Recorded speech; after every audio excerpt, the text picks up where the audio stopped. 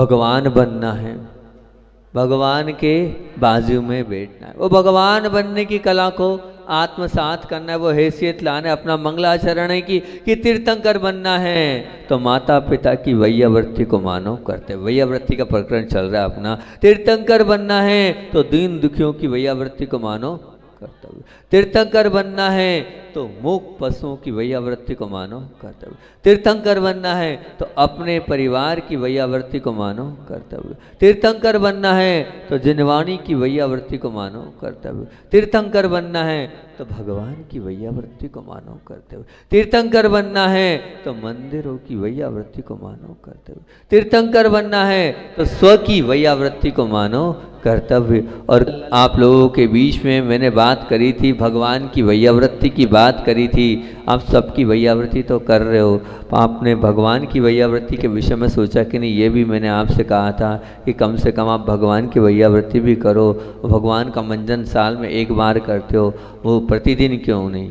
प्रतिदिन नहीं तो 7 दिन में या 1 माह में या 3 माह में तो कम से कम भगवान का मंजन होना चाहिए। और बहुत सारे उदाहरण भी आपको दिए थे और बताया भी था किस प्रकार से इसकी वैयावृत्ति करते हैं। जब आप बैठने का सोफ़ा, वो चादर महीने में 1 बार धोते तो उनके छत्र जो चंवर है, भामंडल है, इनको कम से कम महीने 2 महीने में पोंछ तो लिया करो।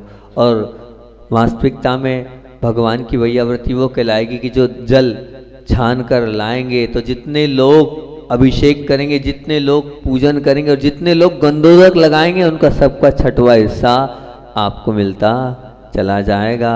मैंने ये भी कहा था कल कि वेदी के प्रत्येक हिस्से को अगर आप प्रतिदिन साफ करोगे तो वहाँ पर जीवों की उत्पत्ति नहीं होगी। और अगर जीवों की उत्पत्ति नहीं होगी तो वहाँ छिपकली, कॉकरोच, जो अन्य जो प्राणी उत्पन्न हो जाते हैं, जीव जंतु हो जाते हैं, वो नहीं होंगे।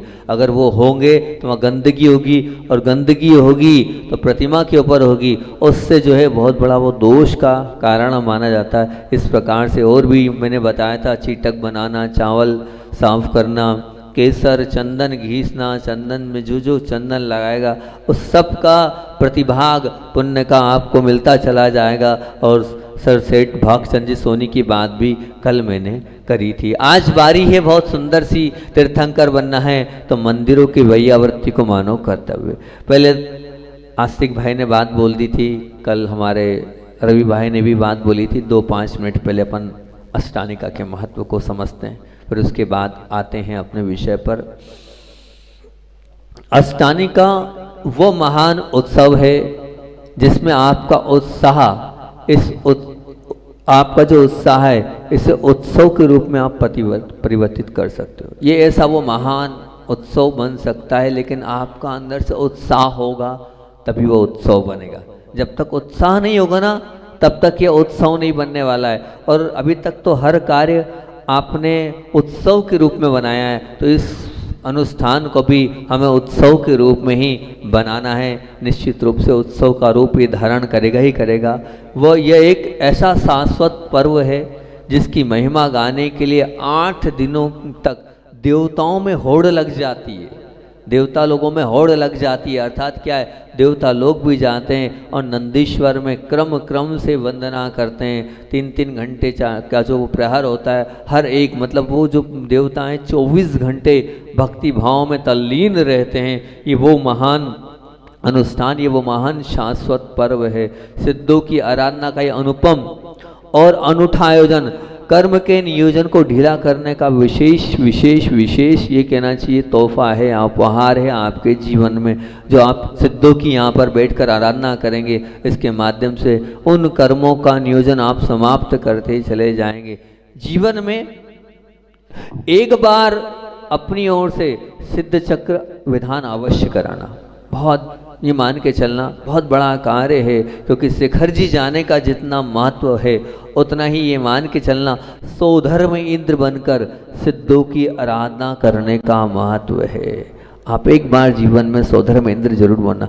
स्वधर्म इंद्र एक ऐसा शाश्वत पद है जो मोक्ष को दिलाने की कुवत रखता है निश्चित, क्योंकि जो स्वधर्म इंद्र बन जाता है उसकी सीट फिक्स है, उसको आने वाले अगले भाव में मुक्ति गामी जीव होता है, मोक्ष पथ का रास्ता तय कर लेता है। कौन? वो स्वधर्म इंद्र। स्थापना निक्षेप से हम स्वधर्म इंद्र बनेंगे तो वास्तविकता में आज नहीं तो कल साक्षात स्वधर्म बनने की उस स्वरूप को अपने अंदर आत्मसात कर पाएंगे। लेकिन करना पड़ेगा, आपको आज बनना पड़ेगा, उस पद की ओर आकर्षित होना पड़ेगा। स्वधर्म है क्या आखिर? स्वधर्म जिसके पास सब धर्म हो, स्वधर्म जिसके पास सब धर्म हो, अर्थात धर्म से तात्पर्य वो जो 10 लक्षण के धर्म हैं जिसमें विराजमान हो जाते हैं, उन सब प्रकार के धर्मों को जो अपने जीवन में उतारता है, उन सब धर्मों की विशेषताओं को जो लेता है, वो सब धर्म उसके जीवन में प्रवेश कर जाते हैं। ऐसा वो स्वधर्म इंद्र का पद होता है। इस विशेष पद पर ये विशेष अनुष्ठान करने से आपके जीवन में निश्चित बहुत सारी विशेषताएँ आती चली जाएगी। वो आपका जीवन विशेषताओं से भर जाएगा, क्योंकि विशेष पर्व है और विशेष अनुष्ठान है, और उस विशेष अनुष्ठान में आपने मन पूर्वक भावपूर्वक अगर इसको बहुत अच्छे से कर लिया तो बहुत सारी विशेषताओं से आप भर जाएंगे। तीनों अष्टानिकाओं में जो कहते हैं कि अष्टानिका एक बार नहीं आती, कितनी आती है? 3। तो कहते हैं तीनों अष्टानिकाओं में जो भक्ति भाव से मन की प्रसन्नता के साथ सिद्धों की आराधना में तल्लीन रहता है, वो मोक्ष के दरवाजे तक जाने का अधिकारी होता है। बिल्कुल बहुत अहोभाव के साथ भक्ति भाव से जो सिद्धों की आराधना करता है, ये समय पूरे ब्रह्मांड का ऊर्जावान समय है। स्थानिक का महापर्व है, ये समय पूरे ब्रह्मांड का ऊर्जावान समय है। इसे पाप में मत गवाना, इसे पाप में मत लगाना, इसे पुण्य में लगा देना, क्योंकि पुण्य में अगर आप लगा देंगे तो ये जो ऊर्जा है वो कई गुना मिल आपके जीवन में और 100 गुना आएगी, आती चले जाएगी। निश्चित मान के चलना, विधान तो कभी भी कर सकते हो, पर पर्वों पर करने का ये जो आनंद है ये अलग ही है। इससे अपार पुण्य की राशि से आपके जीवन को नहलाने वाली या अपार पुण्य की राशि बढ़ाने वाली ये जो है पर्व आते हैं। इन पर्वों को बहुत अंतरंग परिणामों से आपको पूरा लाभ लेना है। इन शाश्वत पर्वों की दोनों में ध्यान रखना, कुछ कर पाओ या ना कर पाओ, पूर्ण ब्रह्मचर्य व्रत के साथ पवित्रता के साथ रहना। 8 दिन तक हम पूरी तरीके से ब्रह्मचर्य व्रत का पालन करेंगे। ये अंतरंग से बिल्कुल मन से इस चीज़ का त्याग कर देना, पूर्ण ब्रह्मचर्य से रहेंगे हम। जिस प्रकार 10 लक्षण धर्म में आप एक आसन करते हैं, बाहर का त्याग करते हैं, जमी कंद त्याग करते हैं, रात्रि भोजन का त्याग कर देते हैं, रात्रि जल का त्याग कर देते हैं, बस उसी प्रकार से इसे भी आप समझना। 10 लक्षण का जितना महत्व है उतना ही और उससे अधिक महत्व अष्टानिका के इन महान पर्वों का, शाश्वत पर्वों का महत्व है, ये समझना। क्योंकि संस्कृत के मतलब ये जो हम आपको विधान करा रहे हैं, ये संस्कृत के महान मंत्रों के द्वारा जब अब उच्चारण होता है तो पूरा वातावरण धर्ममय बन जाता है। जब उन संस्कृत के मंत्रों का एक एक करके आप उच्चारण करेंगे, उन मंत्रों की वाइब्रेशन से हमारे अंदर की भी भावनाओं में परिवर्तन आता है, आया है, देखा है हमने। विधान के बाद कितना परिवर्तन आता है। जो वाइब्रेशन आप मंत्र को कान में जब पहुँचेगी, शरीर के उन रोम रोम में वो आवाज़ पहुँचेगी वो मंत्रों की, तो निश्चित बहुत आपके जीवन में आमूल चूल परिवर्तन आने लगेगा। जब ये मंत्र 9 बार पढ़ा जाता है, एक मंत्र को हम 9 बार पढ़ते हैं। सब लोग बोलते हैं एक ही बार पढ़ लो ना, हमने कहा नहीं 9 बार पढ़ना है। 9 बार क्यों? क्या कारण है कि 9 बार पढ़ा जाता है? असल में है ये कि हर मंत्र के साथ अर्घ बोला गया है। मतलब जलम निरपामते, चंद्रम निरपामते, अक्षतम निरपामते, पुष्पम निरपामते, हर एक के साथ बोलना है। तो ऐसा पूरा बोलना है। अब ऐसा पूरा बोल नहीं पा रहे हम तो क्या करें, अंत में अर्घ चढ़ा दो पूरा मिलाकर, शॉर्ट एंड शॉर्ट तरीका निकालिए। अगर हम वैसा करेंगे तो शायद 1008 वाले दिन तो 2 दिन लग जाएंगे, तब भी वो शायद नहीं हो पाएगा। तो अब इतना ना करके उसका शॉर्ट तरीका, मतलब मूल जब मैंने उसकी संस्कृत को पढ़ा और पूरा व्यवस्थित उसको ऑब्जर्व किया, ऑब्जर्व करने के बाद बहुत सारी चीज़ें सामने आई, तो उसमें इसको देखा तो मैंने कहा ठीक है, तो अब कोई दिक्कत नहीं। लेकिन आखिरी में हमें स्वाहा जरूर बोलना है। 9वीं बार बोलेंगे हम, जल चंदन ना चढ़ाकर आखिरी में अर्घ को हमने अष्ट द्रव्य के अंत में अर्घ को बोलना है। तो ये 9 बार हम मंत्र को तो 9 बार पढ़ेंगे, अर्घम निरपामति अंतिम बार बोलेंगे। तो एक मंत्र को 9 बार आप विचार करना, तो अब अंतिम दिन मैंने आपसे बोला ना 1008 भगवान के जो नाम है, सहस्र नाम के वो नाम है, वो वाला विधान बहुत अल्टीमेट विधान होता है। उस दिन हमेशा हम आहार पे दोपहर पे, अगर उपास तो रहता ठीक, उपास नहीं रहता दोपहर में ही हम आहार, क्योंकि 12:30-1 बज जाती है उस दिन, और अंतिम वाले दिन बड़ा आनंद आता है। 1008 भगवान की उन नामों का उच्चारण होता है। एक व्यक्ति 10,000 बार करेगा। अब जितने व्यक्ति कल हमने बताया, मान लो 300 तो बैठ ही जाएंगे मुझे ऐसा लगता है, तो अब 300 मतलब 30 लाख बार ये मान के चलना यहाँ पर अनुष्ठान होगा इन 3-4 घंटे में। 30 लाख बार यहाँ मंत्रों का अनुष्ठान होगा, तो क्या वाइब्रेशन होगी यहाँ की, क्या इस पूरा जो वातावरण कैसा मंगलमय और पवित्र बन जाएगा। और वो ध्वनि के साथ, वो गीत संगीत के साथ जब वो मंत्रों का उच्चारण होता है तो बड़ा आनंद आता है। ऊपर से लेकर नीचे तक हम रोमांचित हो जाते हैं उन मंत्रों के माध्यम से। इन मंत्रों को विशेष बुद्धि लगाकर और शुद्धि के साथ पढ़ने से कर्मों की शुद्धि होती चली जाएगी। ध्यान रखना क्या बोल रहा हूँ, इन मंत्रों को विशेष बुद्धि लगाकर, मतलब बुद्धि लगाकर का तात्पर्य क्या, शुद्ध उच्चारण करना बिल्कुल, और शुद्धि के साथ मतलब मन को शुद्ध रखना। मन में कहीं कोई प्रकार की आप संकल्प विकल्प के साथ मत बनना, बहुत अच्छे से पढ़ना, उच्चारण शुद्ध करना और एक एक उच्चारण के साथ समझने का प्रयास करना। मेरे पास समय नहीं रहेगा इसलिए मैं पूरे मंत्रों को आपको नहीं बता पाऊंगा, 2, 4, 5 मंत्र ही आपको अर्थ सहित बता पाऊंगा। तो उन मंत्रों को बहुत धैर्य के साथ क्या लिखा है उस विशुद्धि के साथ पढ़ते जाना और अंदर की शुद्धि को बनाना, तो निश्चित रूप से आपकी शुद्धि होगी। शुद्धि मतलब क्या होगी, आपके पुण्य कर्म बनते चले जाएंगे, तो पुण्य की वो शुद्धि आपके जीवन में आती चली जाएगी।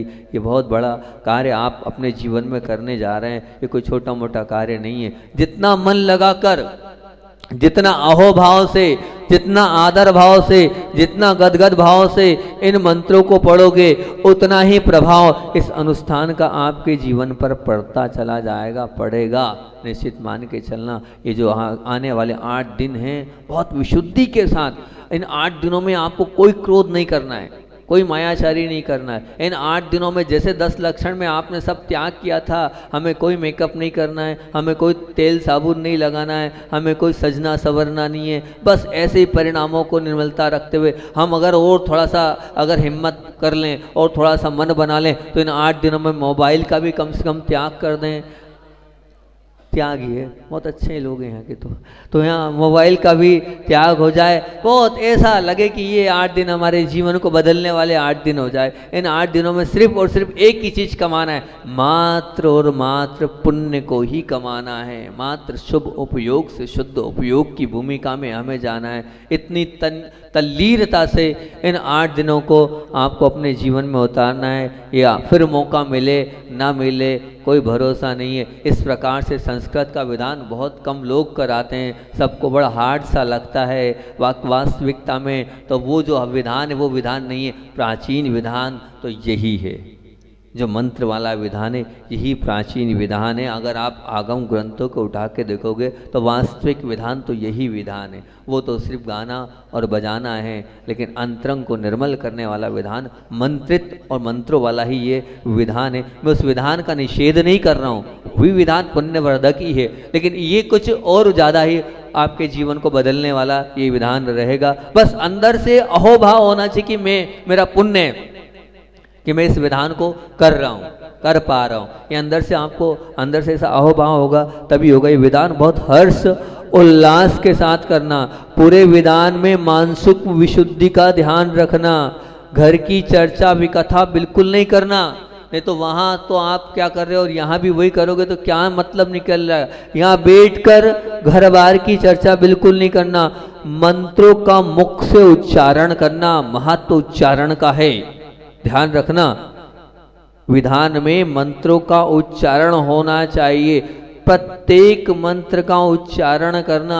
यहाँ तक कि कभी कभी जैसे क्या होता था कि हम लेट हो जाते थे, तो वहाँ पर तो महाराज जी संदान साहिब कि आप उच्चारण कर लो महाराज जी, अकेले कर लो, लेकिन उच्चारण मत छोड़ो।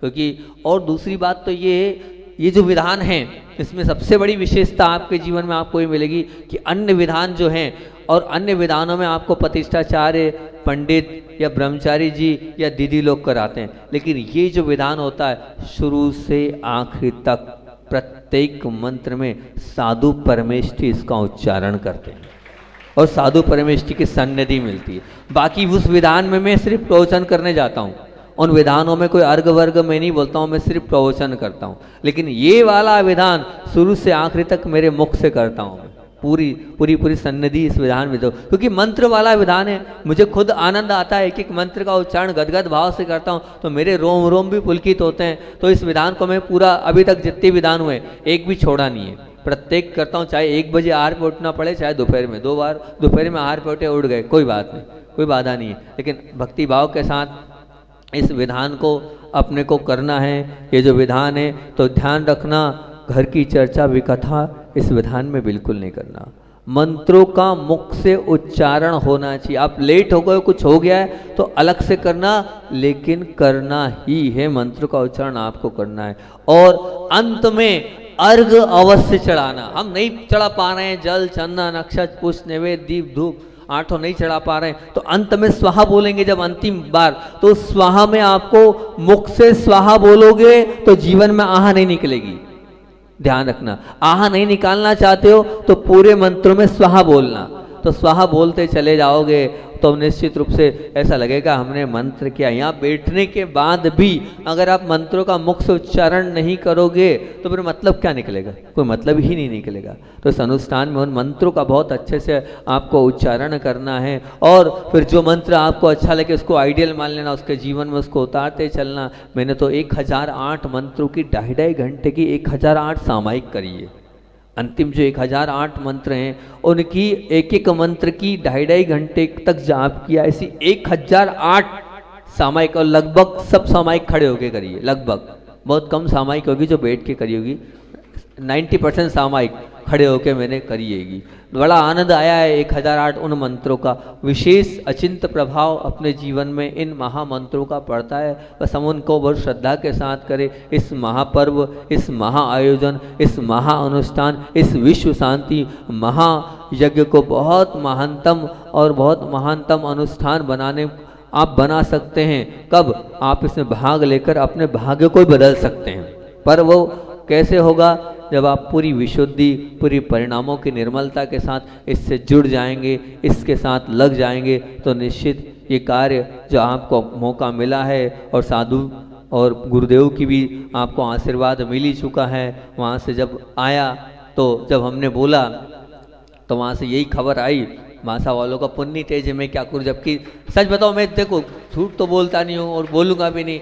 मैंने बासा के लिए छोटी सी लाइन लिखी थी और नोहटा के लिए 4 लाइन लिखी थी, ठीक है ना। 4 लाइन नोहटा की थी और बासा के लिए छोटी सी लाइन लिखी थी।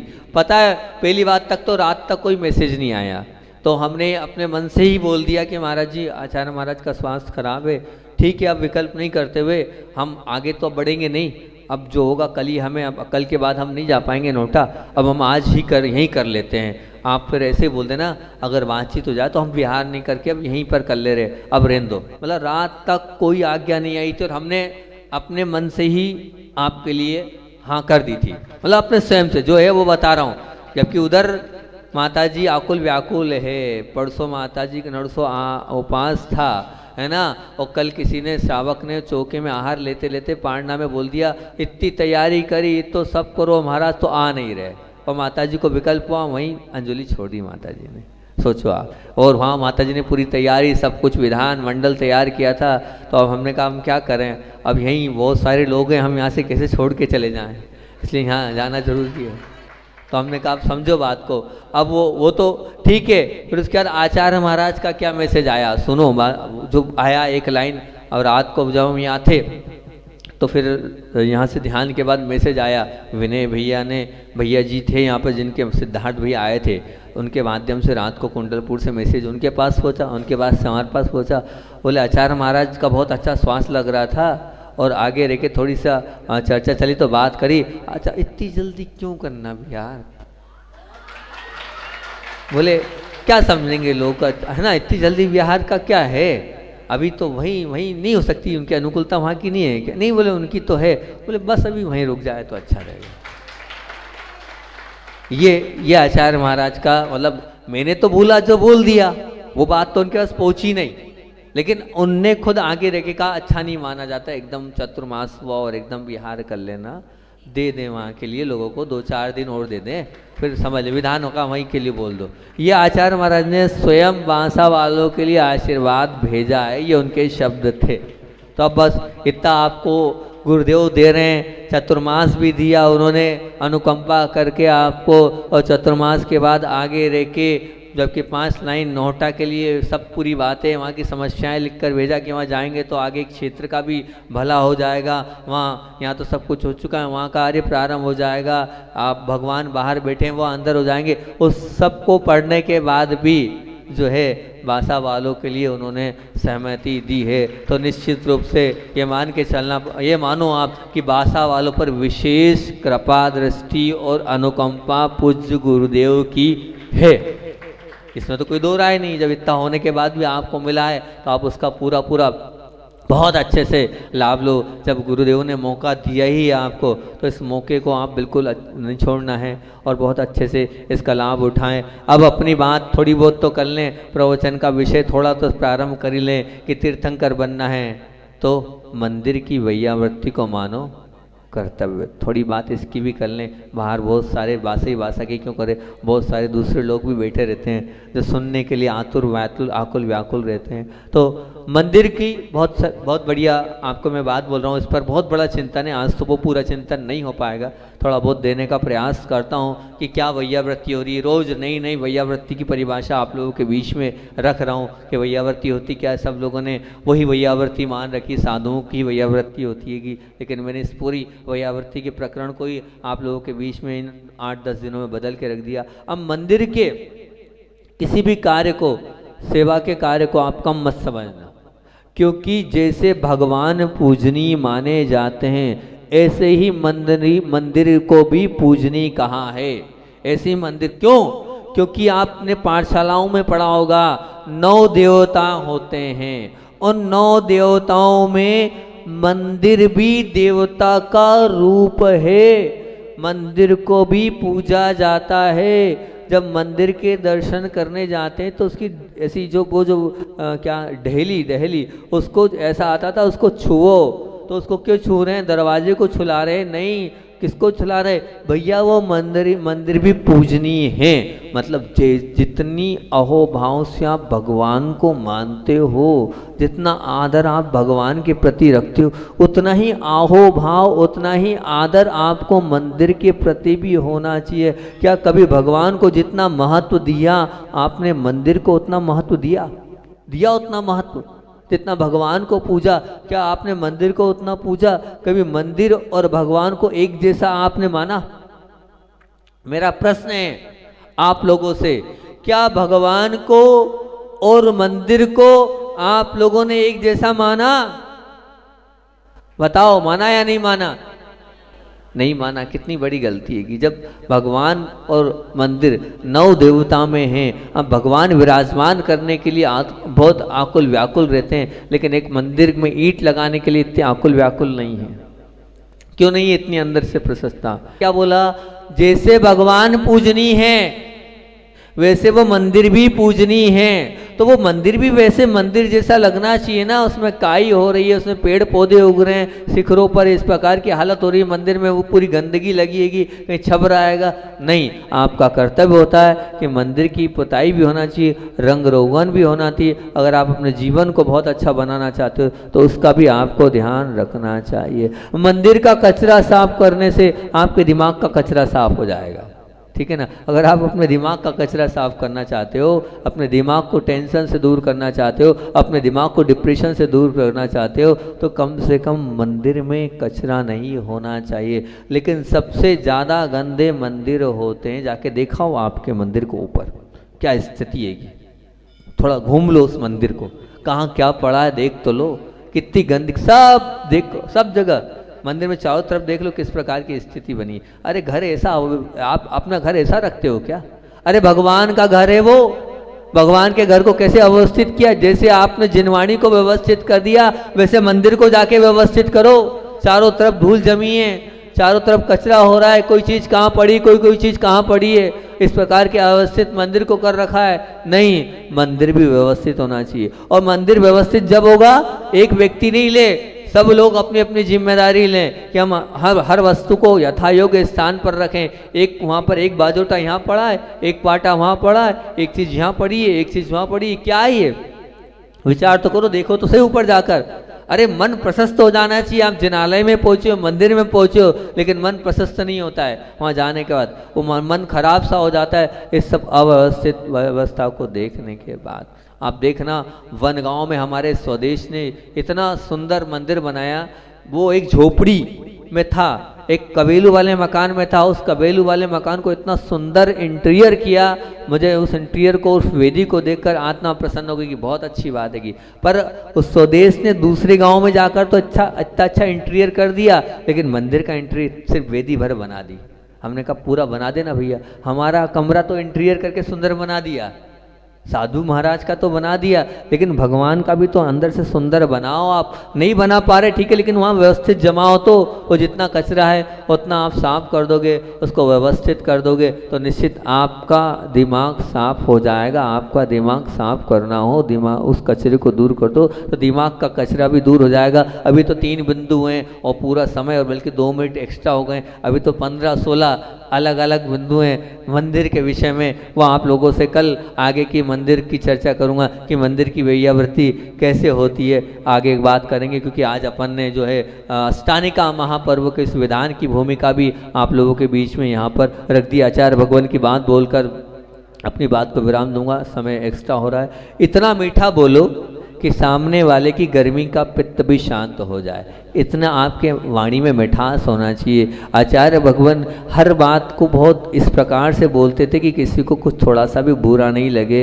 मैं कहना चाहिए, एक राष्ट्र विषयक चर्चा चल रही थी, उस राष्ट्र विषयक चर्चा में आचार्य श्री जी जो एक पुस्तक है, उस पुस्तक का नाम क्या है? आपने सुना होगा कि सोने की चिड़िया डेस डेस डेस डेस। आगे आचार्य श्री बार बार सोने की चिड़िया बोल रहे थे, आगे कुछ बोल नहीं रहे थे, ठीक है ना। अब आगे कुछ बोल नहीं रहे तो एक सज्जन ने बार बार आगे का नाम ले दिया। अब हम भी नहीं लेंगे, जब हमारे गुरु नहीं लेता हम क्यों ले उसका नाम अपने मुख से? हाँ, समझ लेना, पढ़ लेना। तो फिर जो आचार्य श्री जी ने बाद में बोला, बोले जब सोने की चिड़िया बोलने से काम चल जाता है तो आगे के शब्द जो अपशब्द है, उन अपशब्दों को अपने मुख से बोलकर अपना मुख क्यों खराब करना? लुट। अब वो पूछ रही है आगे का नाम क्या है, समझ रहा हूँ मैं, क्या नहीं पता आगे क्या बोलते हैं। आगे रोहित भैया बता दो क्या है, आप ही बता दो आपके मुख से क्या है। लुटेरे अंग्रेज। लुटेरे अंग्रेज। अच्छा चलिए, क्यों बोले हम किसी को लुटेरे अंग्रेज? नहीं बोलना हमें, सोने की चिड़िया बोल दिया, बात खत्म। तो अपने मुख से इस प्रकार के वचन, इस प्रकार के अपशब्द नहीं बोलना, जिसके अपशब्द के माध्यम से अगर कोई अंग्रेजी भाषा वाला बैठा हो तो उसको लुटेरा आप बोलोगे तो उसको कैसा लगेगा? तो ऐसे अपशब्द ना बोले, छोटे से में काम चल रहा, अपनी वाणी में मिठास रखें। ऐसी गुरुदेव की वो वाणी थी जिनकी वाणी में हमेशा मिठास रहती थी, और वो बहुत अपने वचनों में ध्यान रखते थे कि किस शब्द को किस प्रकार से हमें बोलना। इतनी बात रखते हो बोली आचार्य वन विद्यासागर जी महामुनि राज की।